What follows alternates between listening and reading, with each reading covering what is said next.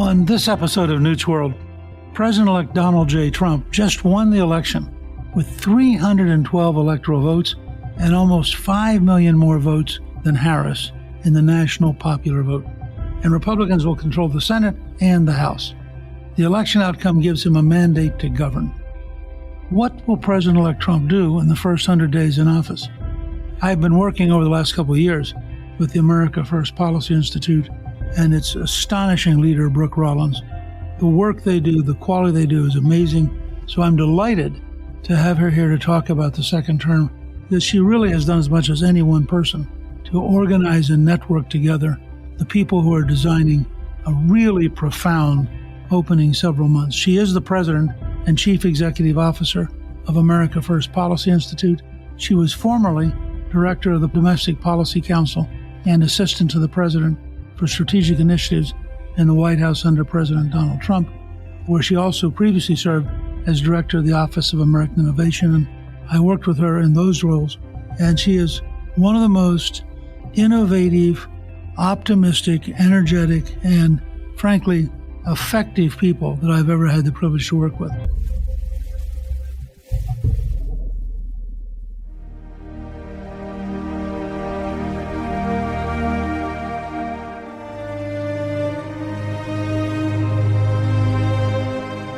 Brooke, welcome and thank you for joining me on Newt's World. Well, Newt, as always, over our 20-year friendship, anytime Newt calls, I say when, what time, and how quickly can I get there? You are a hero to so many, including me, and I've never, ever walked away from one of our, at this point, thousands of conversations over 20 years, inspired and more convicted than ever on our battle to save America. So great to be with you. That includes, I think you founded the Texas Public Policy Foundation, which is the most robust and I think most impactful state-level public policy group in the country. You led that for years until you were drawn to Washington by Donald Trump. Well, it's funny. I never planned to go to Washington. I didn't want to go to Washington. But yes, over a course of 15 years, built a state-based think tank, which at the time I got the call, I'd been Rick Perry's policy director when his first began his run, as a very long run as governor, I will say. I was at the beginning, and I got a call to run the Texas Public Policy Foundation, and I didn't know about it. I'd never heard of it, and I was the governor's policy director, so there's nowhere to go but up. So over the next 15 years, we built a massive policy operation that ended up moving Texas, I believe, driving Texas more to the right and towards freedom over that course of 15 years. But more importantly, Newt, I believe that in Texas, we proved what ultimately Donald Trump stood for, which was that less government and less taxes and less regulation helped all people in our founder's vision, but it helped those living on the margins, those with the least among us, the most. And at the time, I didn't realize that we were moving Texas in that direction. Of course, Florida now has done such a great job in other states, but at the time we were building in Texas, we had California, New York, Illinois, other big states that were going the opposite direction, and their poverty rates were skyrocketing, jobs were leaving. But what we did in Texas became the model for the country, and in many ways became the model for my time in the West Wing and working with President Trump. What was it like to work with President Trump? And I remember I would come into your various offices and you'd have all these people running around doing things, and you always seemed kind of totally engaged. I think my 4 teenagers would probably agree with that statement and be not as excited about how engaged I always am with everyone in the room. But no, that's a really nice thing to say. It's easy to do when you work with the very best people. It's funny. I was on President Trump, then candidate Trump's 2016 economic team. I think you may have been on there too, Newt. And at that point, President Trump was supposed to lose to Hillary by 20 points. But I believe so strongly in watching his rallies that he had a shot, and that if he had the right policy around him, whether that was deregulation or taxes or immigration or whatever it was, that we could change the country. And that was in 2016. But when he won, I started getting the phone calls, which now it's funny, we're taping this podcast at exactly the moment 8 years ago when I started getting the phone calls. Well, what do you want to do? Well, where do you want to go? Well, you were helpful on the campaign. I said, oh, no. My place is in Texas with Texas Public Policy. I'll keep helping from here. I've got 4 kiddos.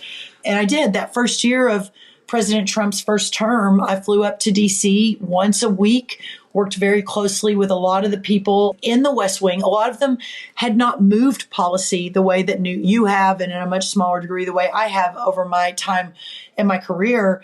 And so I think that a lot of the people in the West Wing, a lot of our mutual friends, like, wait a minute, what'd you do in Texas and how did you do it? And you've got the policy and you draft the legislation, but then you have the communications plan and then you take the plan out to the people and then you get the people engaged and you bring them back around to help you get the plan moving forward.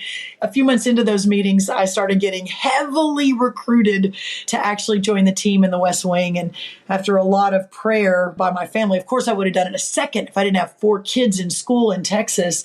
So it was a bigger decision for us as a family. But ultimately, as we all know, agreed and moved up with the kids, homeschooled the kids while we were in Washington, and it became part of that incredible game-changing team in the first term. Working with President Trump was, from my perspective, amazing. I love the speed at which he moves. You know, a lot of people said, oh, your soul is going to get crushed and he's very difficult to work for and you're going to get fired at any minute. And what I realized after the first few weeks of the beginning to directly interact with him was that if you are competent and he trusts you and he thinks you are going to be a real asset to his fight to save America, he gives you the keys to the kingdom. What I mean by that is not only was I never worried about getting fired, and not only did I ever think for a second that he wasn't a great boss, it was actually the exact opposite of everything I had been told and warned against. And so working for him was one of the most amazing 3 years of my life because he was willing to swing for the fences every single day. And every time I brought him a new project, he said, yes, do it and do it times 10.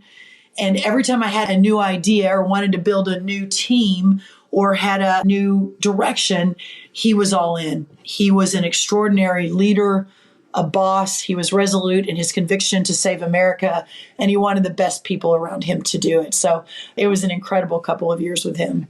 One of the things I was most impressed with was, as it became obvious that the election of 2020 had been rigged, you turned positive almost immediately, thinking about the future and then deciding that we needed a place for serious thought when inevitably we would win.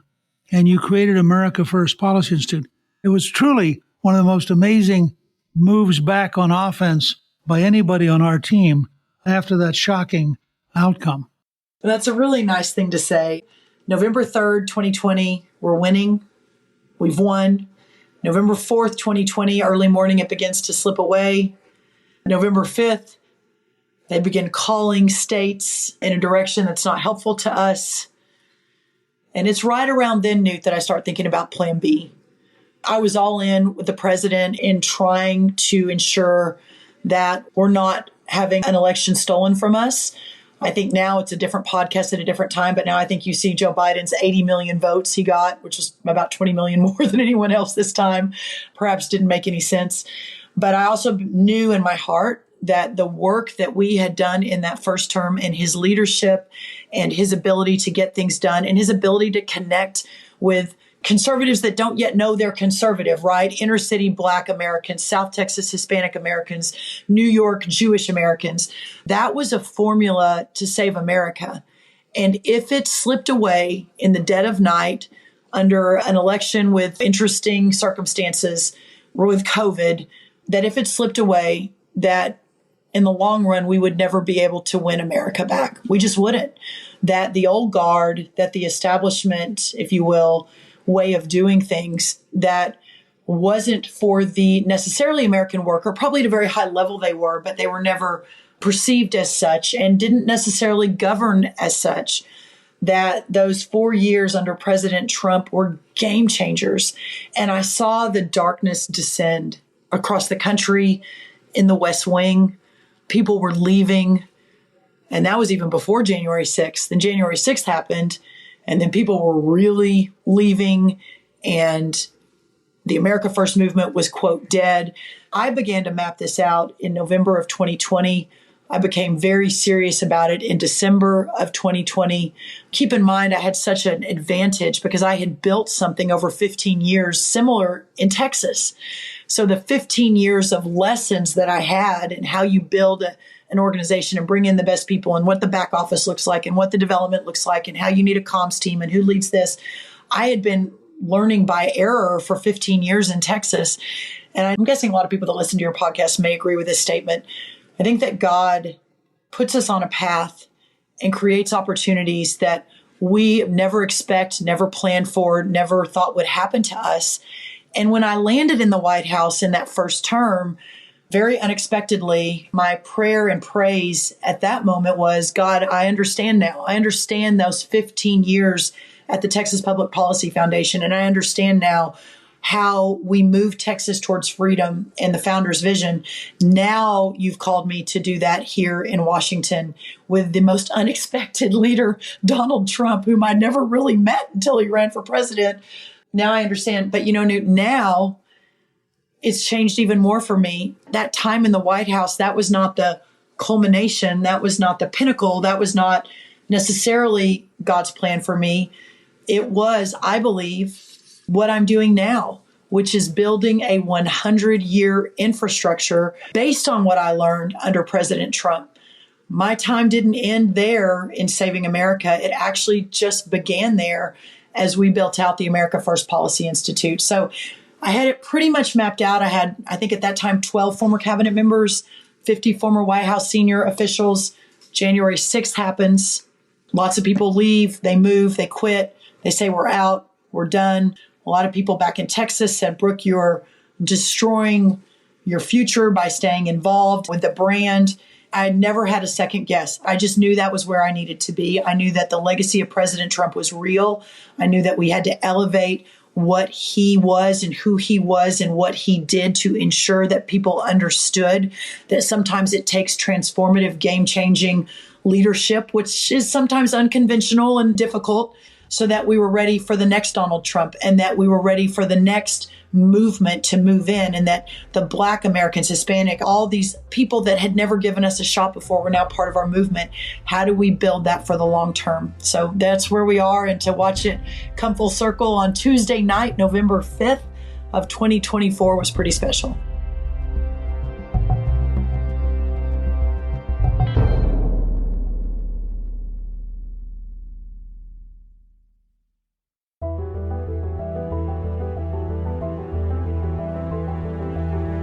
I think it's interesting for both you and for President Trump. I said to him the other day that I actually thought having the 4-year interlude to think about what he had learned, that he will now come back in what is in effect a new first term.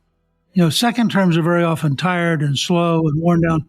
He's going to enter totally energized, and you built parallel to that an extraordinary intellectual think tank of practical people who had done the jobs. So there's a certain degree to which, had 2020 worked out differently, we wouldn't have AFPI, and Trump would not ever have been able to back all the way out because you're just too busy as president. But it seems to me what you did over the 4-year period, and I say this having worked pretty closely with you and come to the events and listened to the people and served on the board, AFPI gathered up an astonishing range of people who were both smart and had practical experience. They'd actually done this. So it's not like a Washington think tank. This is much closer to an action tank. And I think that it's going to have a huge impact in the first 100 days. My sense is that you all have put together, even just for the first day, an astonishing level of activity. Yeah, I appreciate you saying that. That was actually one of the main drivers in launching America First policy in January. Obviously preserving the legacy, giving President Trump a platform to continue his fight for America, even though I knew it was going to be ugly with all the litigation, the accusations against him. But I also knew, to your point, and thank you for reminding me to say this because I think it's important, that when we were leaving the White House the first time, that it occurred to me that our side is really good at going on Fox News, making our case to other people who watch Fox News, writing white papers, going and talking to ourselves at events. But what we weren't always good at was governing, and governing as a conservative. Because Newt, I mean, really, you were the godfather of this with your contract with America. And arguably that is the last time that we were able, until Trump, we were able to really get our arms around the behemoth that is the government and try to direct it back towards the people and serving the people rather than the people serve the government, which is the true underlying foundation of our whole system. So when I was leaving, I thought, my goodness, we finally have a team of people that know not only how to talk about it on TV, which we know is important to President Trump, but also know how to execute in practice what it is that we believe. And so that's right. So 9 former cabinet members launched with us on day one, 50 former White House senior officials. In the last 4 years, we have had our head down preparing for a second America First term, whether that was President Trump or someone else. We had hoped to be President Trump, and when he threw his hat in the ring, I'll put my political hat on for a minute, we knew he was unbeatable in a primary and therefore would be winning the country and leading again. But in those 4 years, we worked with over 1,000 former administration officials. Think about that, Newt. Not one leak. We didn't talk to the press. There was no outward communication, but with 190 agency plans ready for day one, with 300 executive orders drafted. I knew it needed to be a quiet effort for a lot of reasons, but I also knew that we would never, not ever again, have the opportunity of that 4-year pause to reorganize, get ourselves ready, put the American people first, figure out how to solve these problems for the long term. And that's what this 4 years has given us. You were able to put all of this together basically as such a low profile that the political press could never figure out why they'd pay attention. Meanwhile, Heritage, which had at one time been the central think tank for Reagan, I mean, Reagan had actually appointed Ed Meese to be the liaison in 1980. I was already there as a congressman. They created a Mandate for Change, which that year involved about 270 experts, most of whom ended up going into the administration. And they wrote a book that step by step, you can still get it. It's a remarkable work. But it showed you how Reagan would reorganize the entire federal government. For some reason, that spirit of collaborating closely, being careful, collapsed, and Heritage went off on a totally different model, created this 2025 project, which was immediately repudiated by Trump, and is in some ways sort of has crashed and burned as spectacularly as any major think tank project I can remember. I just think it speaks remarkably well, not just of you, but of the entire team you assembled, that everything you did, which was much more substantive and much more experience-based than the Heritage Project, all of that was occurring privately, and the press couldn't figure out why they would cover it. I'll first say that the Heritage Foundation is the legacy organization that we all have to be our best to fight the bad guys. We need every player on the field, and we need even 10 times more players on the fields. We need 5 more Heritage Foundations. And I appreciated the aggressiveness that I think the new leadership there, my old partner in Texas, Kevin Roberts, has brought. I just have a little bit of a different approach. My approach is that the left will do everything they can to crush us, everything. And they have every tool at their disposal to do so. They have big tech, other than X, thanks to Elon. They have big tech, they have big government, they have big media, they have big corporations. They've got it all. And so it requires us to be so intentional in every step that we make and my style is never been to be, out front, outspoken. I've always been much more happier behind the scenes, putting the right people in the right places to make a difference. I am really encouraged at the opportunity that lies ahead for all the organizations to come back together and work together. Listen, the president has 10 key things I think that he is really focused on for this first month, first year, first 18 months. And to even have a chance to get those done, we have to work together, not only on the inside, not only what Susie is going to build, Susie Wiles, our new chief of staff, who will do a remarkable job, not only what she's going to build as far as the inside game, but the outside game that our side has never had before. And Newt, this is one other real impetus in me launching AFPI almost 4 years ago, thinking about it 4 years ago to this day almost, was that we did not have an outside game in our White House 4, 5, 6, 7, 8 years ago. We were kind of on our own, and we had some great organizations like mine back in Texas trying to help, but there was no unified, organized effort to help the first President Trump get his agenda enacted from a policy perspective. And so I knew that we had to build this deal if there was any shot. And this is, again, my Texas Public Policy Foundation experience, working first for Rick Perry, then alongside Governor Perry, then alongside Greg Abbott. You can't get done what you need to get done if you're working all alone in a silo inside a Capitol building. It just doesn't happen. You've got to have the grassroots. You've got to be organized. You've got to have the comms plan. You've got to have all of it. So having an America First Policy Institute for the next White House to help move those top 10 day one promises through, we're going to, I think, be very impactful, and we'll probably drive a lot of it, but we can't do it by ourselves. It's an impossible task. And I realize that, and we'll plan to have hopefully a lot of other partners along the way.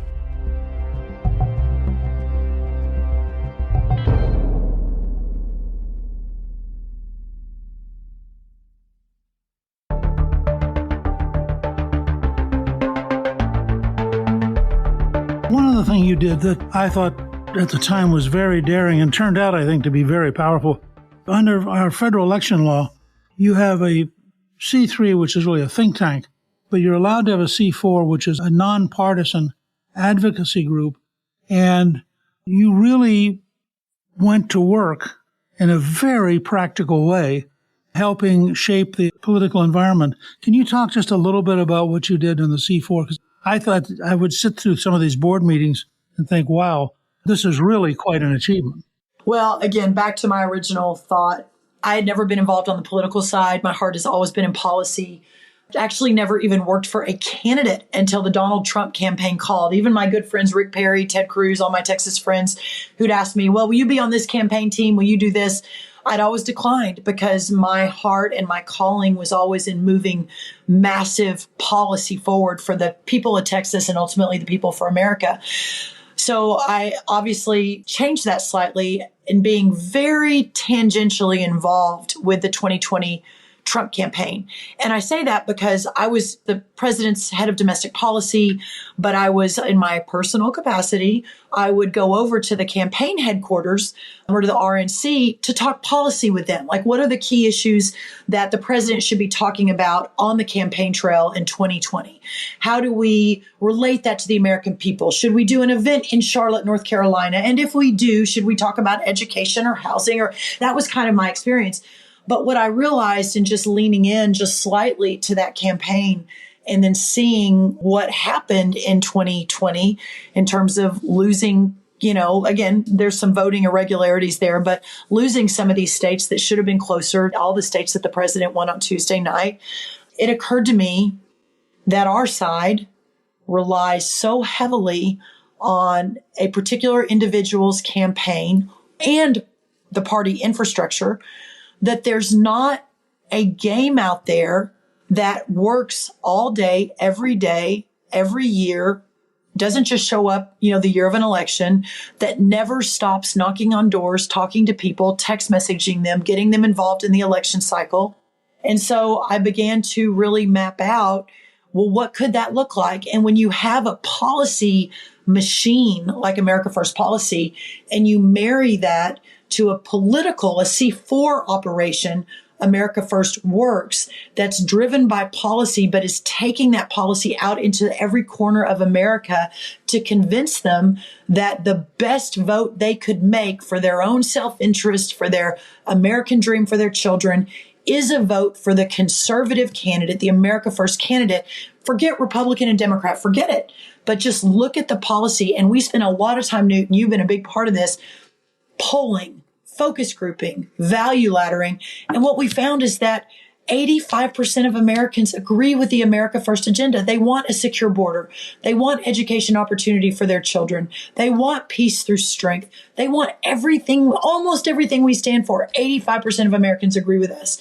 And so if that's the case, we should win every single election. Why aren't we winning every election? And I thought, we'll build this new machine. Ashley Hayek and Lee Zeldin run it for us. America First works. We spent the last year knocking on doors, promoting not a certain candidate, but promoting the America First policies in Dearborn, Michigan, with Arab Americans, in Philadelphia, Pennsylvania, with Black Americans. And what we did, we also built coalitions to go alongside those. So Athletes for America is part of AFPI, but it's led by and driven by African American NFL athletes that can go into those communities and make the case to our Black Americans why our policies are better. We had an amazing partnership with Michael Harris, Harry O, who founded Death Row Records, helped him set up an organization called Community First to have those same conversations. Had Babu Nanwe lead our Hispanic Leadership Coalition to go into Phoenix, to knock on the doors in Maricopa County, speaking Spanish to Spanish speakers who no one had ever really reached out to them before. And that's the machine that we're setting up for the long haul on the C4 side. The other thing that was a game changer, Newt, that I think is really important. In March of this year, the FEC, the Federal Election Commission, made a decision for the first time that C4s could coordinate directly with campaigns and with the RNC and the other side, the DNC, on canvassing. So for the first time, we were able to align and talk to the campaign as we're moving out. So you'll read a lot of articles about how the Trump campaign made such a huge mistake by basically delegating their ground game to organizations like America First Works and Turning Point Action. And, they got, James and Susie got a lot of flack about that. But they were right. So groups like ours took that on and moved with it. And the final thing I'll say, and again, this even goes back to AFPI and working with other organizations, I knew there were so many great C4s out there. Ralph Reed's group, Faith and Freedom, the Susan B. Anthony, Marjorie, Turning Point, Charlie Kirk. These groups don't always work together.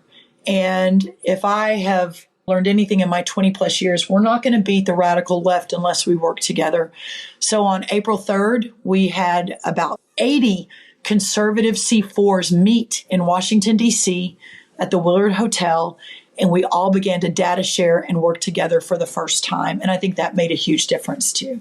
One of the things that I was struck with was how parallel the very short platform was in some ways with what we did with the contract with America. It dropped all of the hundreds of pages of special interest language, got down to 20 big ideas and said, this is what we're going to focus on.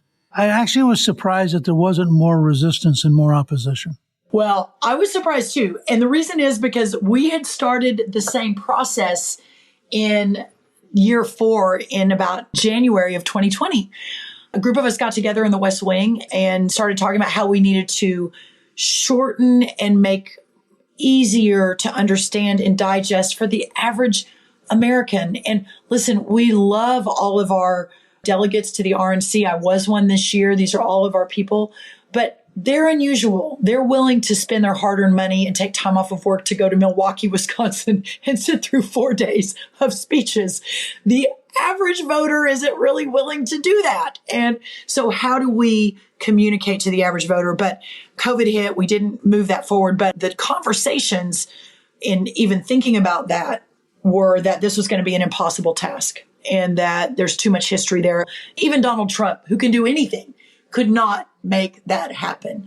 So the fact that it happened and happened fairly seamlessly, there were a couple of upset folks, as we know, but it was remarkable. I know you had a hand in that. I think the president's vision of, and his branding and his marketing genius of how do we market our ideas was pretty amazing. No, it was an amazing achievement. I was on platform committees as early as the Reagan years, and I know that every little faction has that one thing they have to have. And it became seamless, and I think a hopeful sign of what the next 4 years will be like. I have to ask you one last thing. When you look at all the results and you look at what happened, why do you think it's so hard for either the news media or the Democrats, and they're sort of the same, to come to grips with that the reason they have such problems is that people really don't want left-wing radical ideas, and yet it's extraordinarily hard for the Democrats to come to grips with that. Newt, I think that the Democrats have moved so far away from what we know made this country great. And I think that underneath it all, one of the best things I ever read was, the people that are putting forth the climate change disaster, right? That the world is going to end and going to blow up from overheating in 12 years. That many of those same people were part of the movement in the 70s that said the world is going to end because it's going to freeze over. We've got a major freezing problem.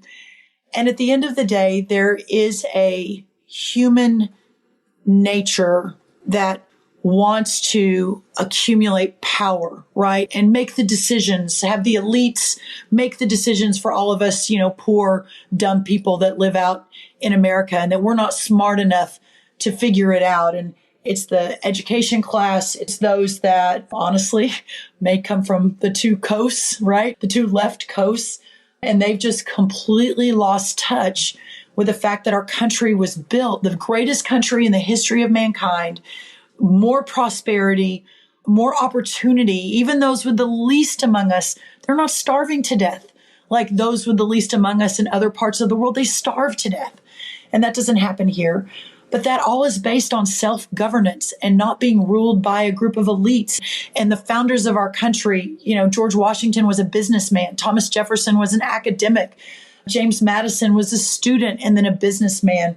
These guys were normal guys, had families, they had business debt, they were trying to pay their bills. They were just like us, but they were in a moment in time with courage and resoluteness and under tyranny that they didn't believe was right, and were called by God to do bigger things.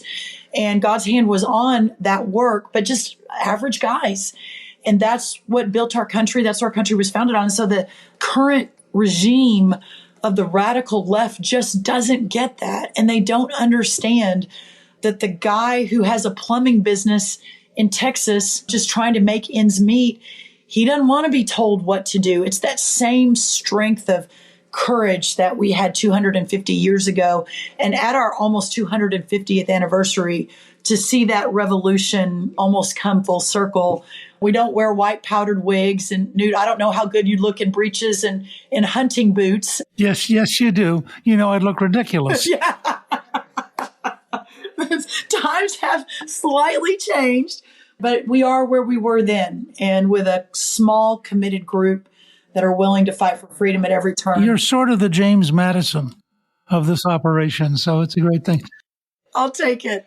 I want to thank you for joining me and sharing with our listeners President-elect Trump's plans, how it evolved to where we are today, the role of America First Policy Institute, and they can visit your website at americafirstpolicy.com and really get a sense of how dynamic and powerful it is. And Brooke, you are, despite yourself, you are going to become a historic figure. You can't avoid it. It's amazing what you've done, and I'm just so grateful to have you as a friend and as a colleague in this effort to move America to an even better and more exciting future. So thank you for joining me. Well, thank you for letting me be on. Listen, when I have a podcast, which I don't know when that's going to be, but you are going to be my first guest because we've talked way too much about me. You're the historic figure. You're the one that literally has fundamentally changed the course of history for America. Donald Trump now takes up your banner, Newt Gingrich, and God bless you. You are an absolute national treasure. So it's an honor to be on. Thank you. Thank you to my guest, Brooke Rollins. You can learn more about America First Policy Institute on our show page at newsworld.com. Newt's World is produced by Gingrich 360 and iHeartMedia. Our executive producer is Garnsey Sloan. Our researcher is Rachel Peterson. The artwork for the show was created by Steve Pendley. Special thanks to the team at Gingrich 360. If you've been enjoying Newt's World, I hope you'll go to Apple Podcast and both rate us with 5 stars and give us a review so others can learn what it's all about.